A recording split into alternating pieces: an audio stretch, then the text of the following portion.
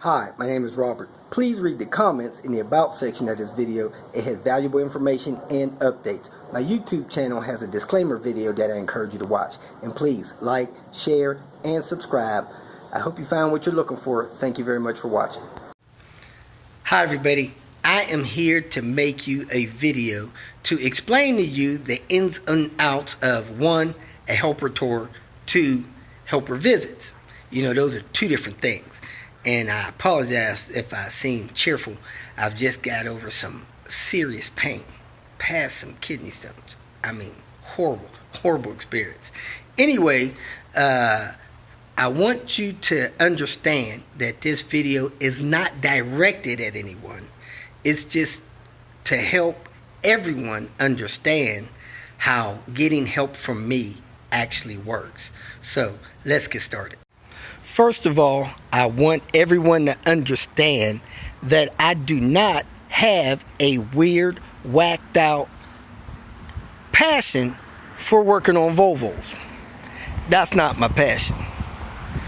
If the world was round and didn't have all these bumps on it, I would be somewhere right now fishing. So, fishing's my passion. Working on Volvos, unfortunately, a necessity. So I don't have any weird fetish for working on Volvos. If I could do what I want to do right now, I would be fishing. Get that out of the way. Now, when it comes to helper tours were launched and came as people around the country would ask for my help. They would watch the video. They would appreciate the content they saw. They would understand what it took to get their vehicle fixed. However, they lacked the confidence or skills to do it themselves. And because of their financial situation or their geographic location and lack of Volvo professionals, they would say, "Hey, Robert, man, I wish you were here. I'd have you help me with this because I need to get this car running right." So, through my desire to help other people and many prayers, I would ask God, "Hey, how can I help these people even more?" He said, "Hey, just go on a helper tour. Get in your car and take off. If you run out of money, call your brother from another mother, Charles. He'll give you money to get back home. Don't worry about that. Just go ahead out there, help as many people as you can. When you run out of money, come home." So I had that conversation with Diane. Helper tours were launched 3 or 4 years ago. We would go out from home specifically to go from town to town helping people with their car needs. We traveled the whole country from Maine all the way to San Diego helping people with the helper tours. We would leave home right after the first of the month after helping my mother-in-law with her needs. We would travel all month long until the last day or two of the month. Then we would get back home to help my mother-in-law with her first of the month needs. That was a helper tour. People would make donations through the channel. People like Sebastian and other people that appreciate viewing the videos and had the ability to make donations. People would make donations. Then I would go to someone's location and help them as best as I could. If they had funds, they would make donations. If they didn't have funds, we would just do the work and wouldn't worry about the donations or the finances. We made it. We left home, very little money, made it back home, very little money, all fine and well. That's the helper tour. Now, let's get into talking about the helper stops. Helper stops and helper tours are different things, like I'm explaining. Now, on a helper stop, that works a couple different ways. One way is I'm on my way somewhere, like for instance, going to visit my daughter in Cincinnati, Ohio, and I'm leaving Albuquerque. Well, I can go up through Nebraska, cut across to Cincinnati. I can go down through Little Rock, Arkansas and Tennessee, cut up to Cincinnati.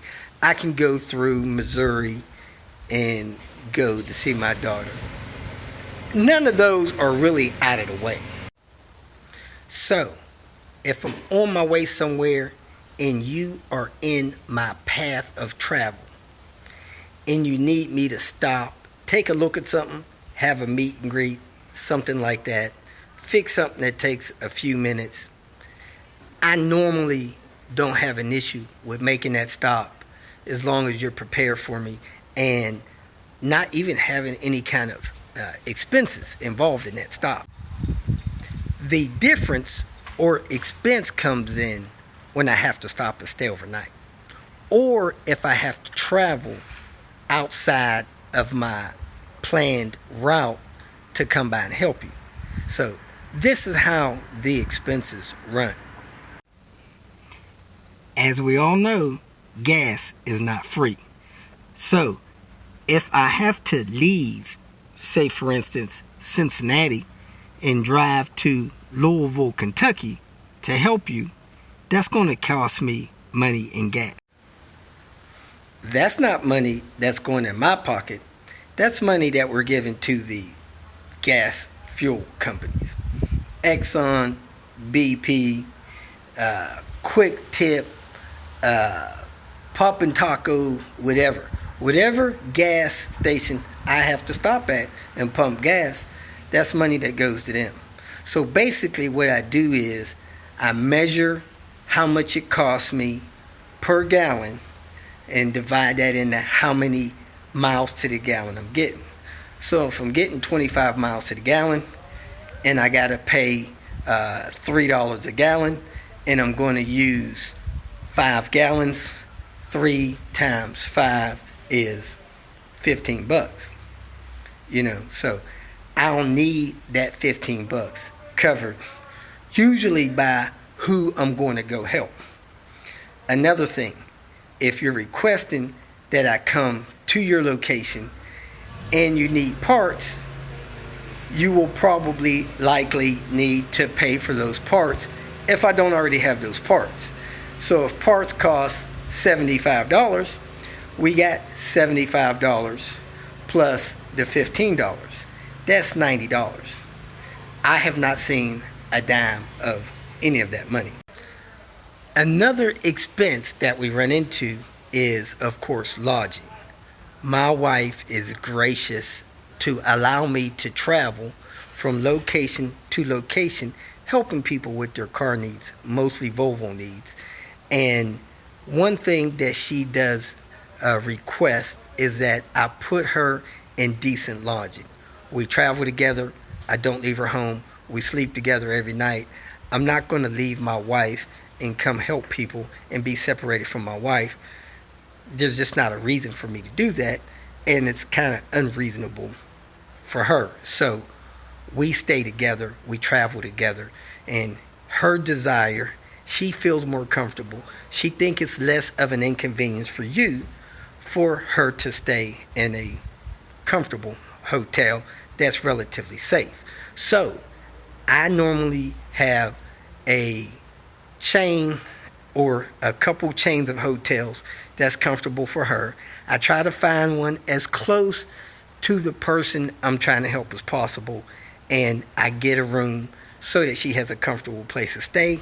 She's not in your way inconveniencing you. She'd rather be there than in some of the places that we go, people with pets, uncomfortable living conditions for her or I to sleep in. I'm getting old. I have issues with my back, things like that. I'd rather be in a hotel room than sleeping on somebody's pull-out couch or something like that. So we do get a hotel room. That's money that goes to people that own the hotels for the services they provide for us. I don't get a dime out of that. So we got hotels, that gets money. We got gas stations, that get money. We got parts places, that get money. This is money I never see. So for me to come to your location and stay the night or two, that will generate expenses that unfortunately, outside of a helper tour, I really can't afford to cover myself. Now, those expenses has to be covered by someone, usually by the person that's needing the help. When I'm at a location helping people, I often don't have or make a demand for them to pay me for my time. For those that can, I believe it's fair for me to have a fee of $50 an hour. Usually when working on Volvos, I'm pretty efficient when I'm doing things I've done several times. I can get things done a lot quicker than you can. I often have the tools to get those things done. So even if you pay me $50 an hour, my part, you pay for a hotel room for a night or two, you pay for gas, and you pay for parts, my calculations show that those people that pay for my assistance, my help, are still getting this service at 50 cents to the dollar. You know, having me come and do this, you may be out of pocket $500, but had you taken that vehicle to the Volvo dealership or to the Volvo certified mechanic, you will likely be spending $1,000. So to get me to come visit your location and help you as a helper visit, that visit will likely cost you 50 cents on the dollar. Now, if you cannot afford that, I really don't have an issue with you not paying for my time. On top of the working time that I spend working on a car, I also spend time traveling to your location. So let's say, for instance, you are in Philadelphia, Pennsylvania, and I am hanging out with my daughter in Cincinnati. Let's talk about a little bit of that travel time. Let's assume that I am in Cincinnati, Ohio, hanging out with my daughter, and you are in Philadelphia, Pennsylvania area, and you want me to come help you do a manual transmission swap, which is a full day, maybe 2-day job. So from Cincinnati, Ohio to Philadelphia, PA is 575 miles. That is a 9-hour drive. While I'm driving there, I gotta stop and eat probably twice. When I get there, I gotta get there, check into the hotel so that my wife and I are comfortable with some place to stay. Usually, I immediately go and help you start working on the car that's being converted from automatic transmission to a standard transmission. Late that night, I go back to the hotel. The next morning, I come, do as much as I can to get that job wrapped up. That job usually won't wrap up till the next night. I'm not going to get back in my car at 10 at night and drive 9 hours back to Cincinnati. I'm going to stay the night in that hotel. Then after that night of rest, I get up, me and my wife pack up the car, head back to Cincinnati. Now that trip to help you is 575 miles there, 575 miles back. That's 1,150 miles. We got gas in there. We got a couple nights stay. We got some meals in there. That doesn't even include my 18 hours on the road. Let's just say, for instance, anybody that I came and helped would pay for my highway travel. One lady actually does. And if I'm local, I normally charge like a $10 fee to travel to somebody's home to work on their car if they're a paying customer. So I got 45 minutes, $10. You know, if it's an hour, anywhere from 10 to 15 bucks. Now, normally when I'm on the road helping people as a helper visit, I never charge people for my time on the highway. But you got to think, if you came to me, brought me your vehicle and equipment like you do most shops, I could be fishing during those 18 hours and then working while you're here, staying in my comfortable place of residence, and don't have to pack bags, find places to eat, do all that stuff that's involved with travel. Don't get me wrong. I enjoy coming to help people. It's an answered prayer. It's a way that I could be a blessing to other people. However, I'm not charging people for travel time. I'm just not. So again, if you paid for gas, you pay for hotels, you help with meals, you paid me for my time. Man, these people are still coming out 50 cents on the dollar on what we get done. Still a deal. And again, I repeat, if you can't afford to cover my time for working, and you can cover the travel, the meals, the hotels, I'm thrilled. Then you're normally at, 20 cents on the dollar. If you can't afford that, I understand. We don't have to do helper visits. Now, if you're in my path of travel, I can sometimes stop, do small jobs really quick, timing belt, stuff like that, as long as I don't have a 12-hour travel day. Now, if I have a 12-hour travel day, probably not going to be able to do 3 or 4 hours worth of work on a side of the road stop or at your place stop. However, if I have a short travel day, say for instance, I'm leaving Cincinnati, I'm going to Pittsburgh, Pennsylvania, and you're in the Columbus, Ohio area, and you want me to help you with a timing belt job, that's easy. I could go from Cincinnati to Columbus, Ohio, 2 hours. I can help you for 2 or 3 hours. I'm at 5 hours. I can continue on to Pittsburgh, where I'm going to stay tonight. That's another 2 hours. So that's a 7-hour day. That's easy. Those things are easy to do. You don't have any hotel expense, very little fuel expense. If you want to cover my time, that's great. $50 an hour, $150 to get the labor done on a timing belt change. That's just dirt cheap. Can't beat that. Now, the third aspect of helper visits, I don't know, first, second, third, fourth. Anyway, another aspect of helper visits is this. Let's say, for instance, I'm in Cincinnati visiting my daughter, and you're in Philadelphia. I go travel to you to Philadelphia and help you. However, after I leave your location in Philadelphia, there is someone in Washington, D.C. that needs my help. Now, if you're the Philadelphia person, I don't expect you to pay for my travel from Cincinnati to Philadelphia and then back to Cincinnati, because I'm not going back to Cincinnati. From Philadelphia, I'm going to the Washington, D.C. area to help someone in Washington, D.C., which is like an hour or two away. So, I won't add fuel costs and meal costs to return to Cincinnati. Your expenses will stop when I checked out of the hotel.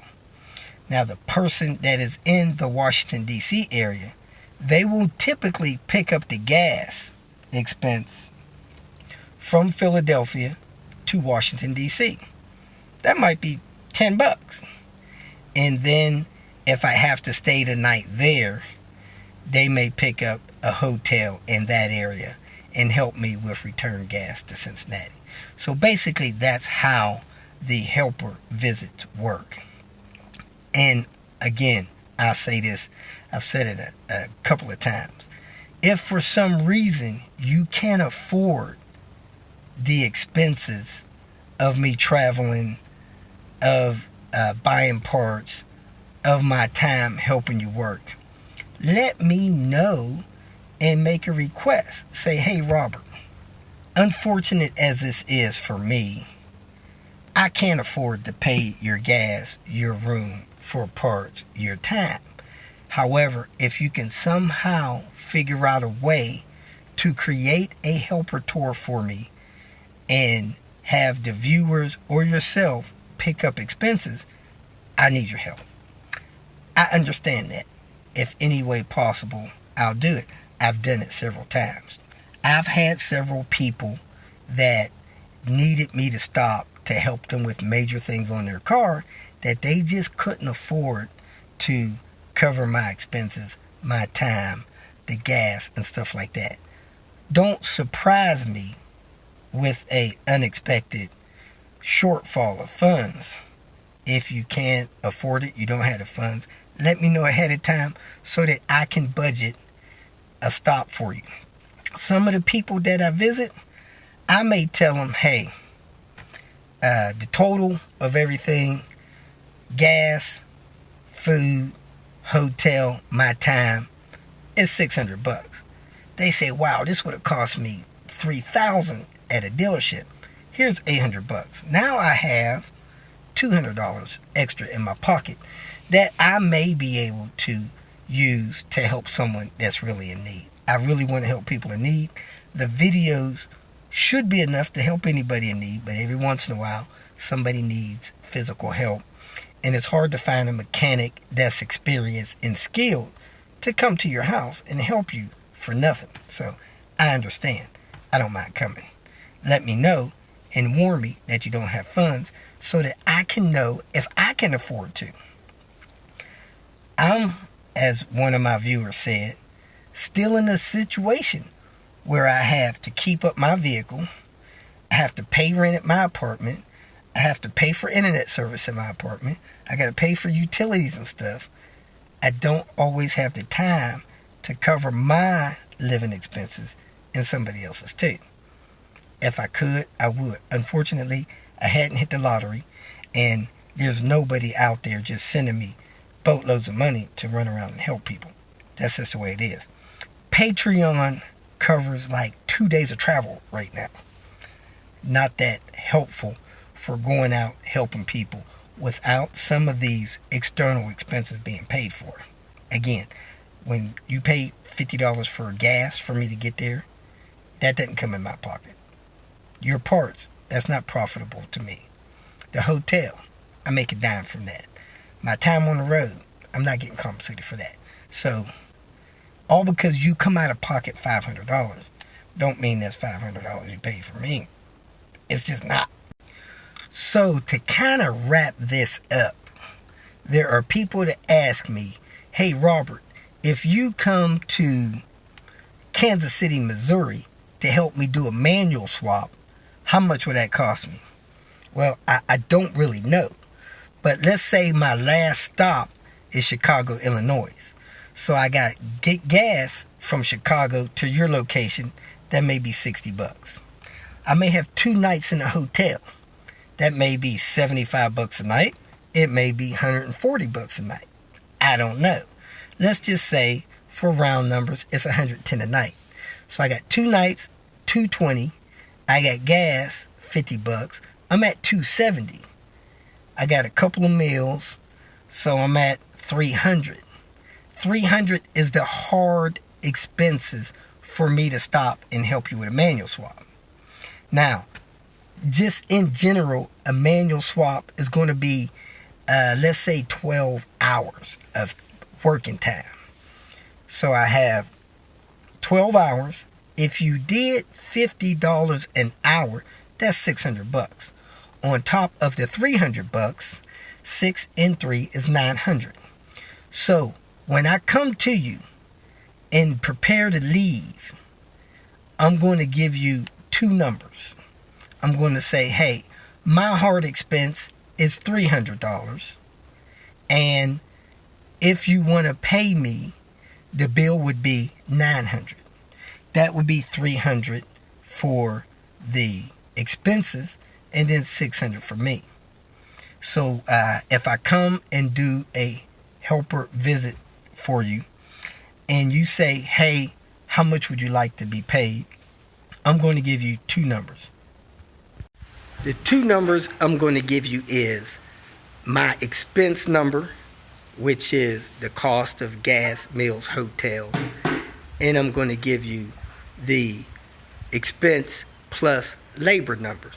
So I'll say, hey, give me anywhere between $300 and $900, and I'm excited. Well, if you took your vehicle to a shop to get a manual transmission swap done, you're probably going to end up paying somewhere around $2,500. So if you bought your parts for $700 and you paid me $900, you're into that manual swap for $1,600. You still save $900. So if you want to know the number, it's going to be expenses plus. Expenses $300, total cost $900. If you want to do more than that, that's great. I look at that as an extra blessing. If you want to do anywhere between that, I have no problem at all. If you do 5 or 6 or 7, I'm okay with that. That's just the way it is. You know, as someone that's trying to reach out, help people save money, and help people get things done on their vehicle that normally would be very expensive.